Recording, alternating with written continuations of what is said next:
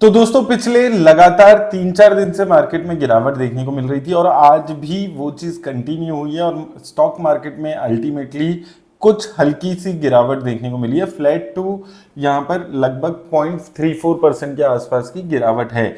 तो जो नेगेटिविटी थी मार्केट की वो ओवरऑल बनी हुई है, लेकिन जो सबसे बुरा हाल जिस सेक्टर में पर्टिकुलरली देखने को मिल रहा है वो है आईटी सेक्टर। आईटी सेक्टर में कल भी 3-4% की गिरावट थी और अगर आप आज देखें तो आज भी यहाँ पर आईटी सेक्टर में गिरावट देखने को मिली है 1% के आसपास की। और अब एक साल में आईटी सेक्टर 17% गिर चुका है। तो अगर आप आईटी स्पेसिफिक कंपनीज में इंडेक्सेस में पैसा लगा रहे थे तो काफी ज्यादा नुकसान उन इन्वेस्टर्स को हुआ। और अगर आप देखेंगे स्पेसिफिकली पिछले 6 महीने में यहाँ पर गिरावट का ज्यादा मॉल देखने को मिला है कि लगातार गिरावट देखने को मिली है।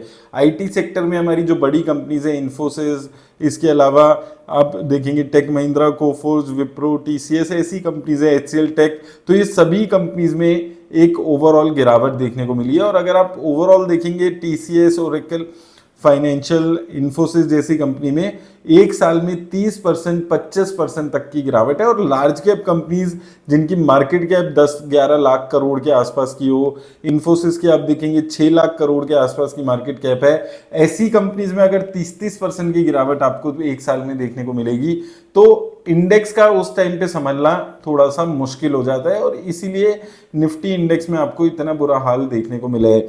इसमें अगर आप देखेंगे निफ्टी इंडेक्स में भी अगर हम देखें कुछ कंपनीज ऐसी रही हैं जिनमें बुरा हाल देखने को मिला है। टाटा मोटर्स जैसी की कंपनी थी, 40% की गिरावट आ चुकी है। इसके अलावा टीसीएस, ओएनजीसी, कोल इंडिया, ट्रेंट में एक अभी जबरदस्त गिरावट देखने को मिली थी पिछले कुछ टाइम में, हालांकि वहां से फिर ये थोड़ा सा सेम होते हुए नजर आया। लेकिन ओवरऑल आप देखें एशियन पेंट्स में 20% की गिरावट आ चुकी है। हालांकि रिसेंटली 3-4 महीने में अच्छा उछाल देखने को मिला है, 2100 से 2600 तक पहुंच गया इसका शेयर, लेकिन जो सेंटिमेंट्स हैं वो ओवरऑल नेगेटिव ही ऐसी कंपनीज के अभी भी बने हुए हैं। सिमिलरली आईटीसी देखेंगे आप तो बहुत सारी कंपनीज है जहां पे 15-20%, 25% तक की गिरावट निफ्टी इंडेक्स में देखने को मिली है, जो कि काफी नॉर्मल चीज नहीं है, क्योंकि लार्ज कैप कंपनीज में लोग पैसा ही इसलिए लगाते हैं कि वहां पर स्टेबिलिटी आपको देखने को मिल जाती है। हालांकि करंट मार्केट की सिचुएशन जो है वहां पे ये चीज देखने को नहीं मिल रही है। सिमिलरली अगर हम स्मॉल कैप कंपनीज की बात करें तो वहां पर और भी ज्यादा बुरा हाल आपको देखने को मिलेगा। 55-56% की गिरावट वाली कंपनीज भी आपको देखने को मिल जाएगी। एचएफसीएल 50% की गिरावट आई हुई है। बहुत सारी कंपनीज हैं जिसमें 40-40% की गिरावट है। तो ओवरऑल यहाँ पर मार्केट की जो हालात है वो काफी ज्यादा खराब है। कुछ कंपनीज स्पेसिफिक आप देखेंगे तो बहुत ज्यादा गिरावट आपको एक साल में देखने को मिलेगी। 40%, 50% तक गिरावट की बहुत सारी कंपनीज आपको दिख जाएंगी। गवर्नमेंट कंपनीज की बात करें, डिफेंस सेक्टर की बात करें, बैंकिंग में गवर्नमेंट कंपनीज थी, इसके अलावा रेलवे सेक्टर था, ये सारे स्टॉक्स इन्वेस्टर्स को दिए गए न्यूज़ चैनल्स वालों ने दिखा दिखा के कि इसका टारगेट 100 गुना हो जाएगा, 20 गुना हो जाएगा, ऐसे बता बता के रिटेल इन्वेस्टर्स को ये सारे स्टॉक्स चिपकाए गए। और अब इन शेयर्स में लगातार वन साइडेड गिरावट देखने को मिल रही है।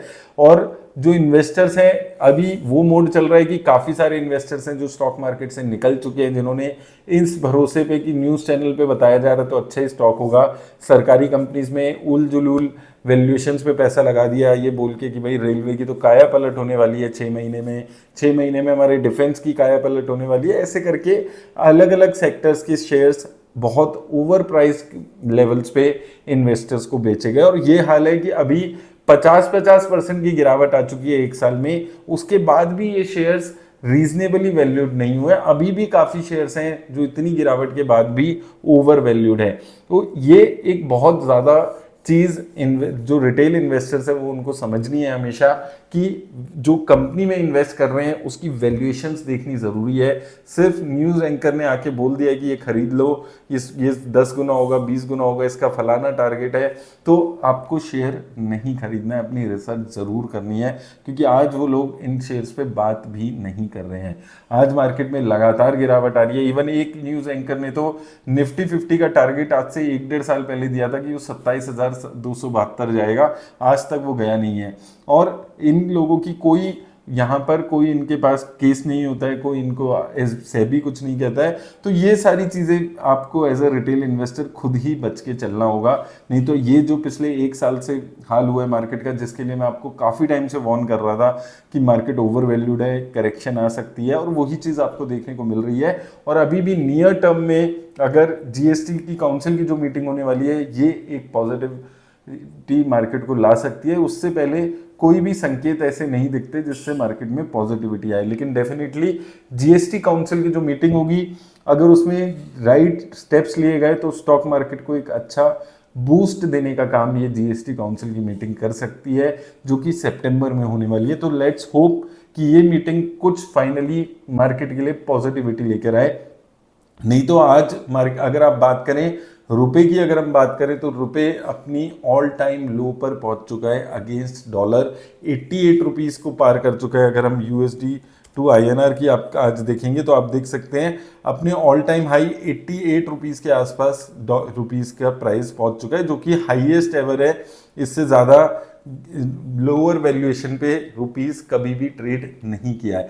तो ओवरऑल ये सारी चीज़ें अभी अच्छे संकेत नहीं दे रही है। लेट्स होप जीएसटी काउंसिल की जो मीटिंग है उसमें बहुत पॉजिटिव चीज़ें होंगी, बहुत ज़्यादा कॉस्ट कट की जाएगी और उसका बेनिफिट अल्टीमेटली पब्लिक को मिलेगा, जिससे इंडिया की इकोनॉमी में बूस्ट आएगा और कंपनीज की अर्निंग्स की ग्रोथ आएगी।